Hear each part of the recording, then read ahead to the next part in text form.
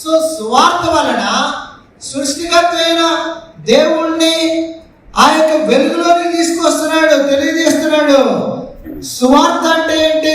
సువార్త అంటే ఏంటంటే మతం మార్చడం కాదు. సువార్త అంటే చాలా మంది సువార్త అంటే చాలా విధాలుగా తప్పుడు విధానంలో ఆలోచిస్తున్నారు. సువార్త అంటే సింపుల్లీ 1 కొరింథీ 15:3 కదా. ఏంటి ఆ సువార్త అంటే? చూడండి, ఎప్పుడైనా గుర్తుపెట్టుకోండి, చదవండి, ఎవరైనా చదవండి. సువార్త అంటే అది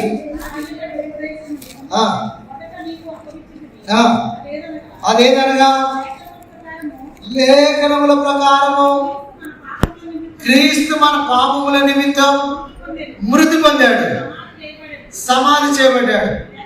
లేఖనముల ప్రకారం 3వ దినాన లేపబడ్డాడు. ఇది గాస్పెల్ అంటే.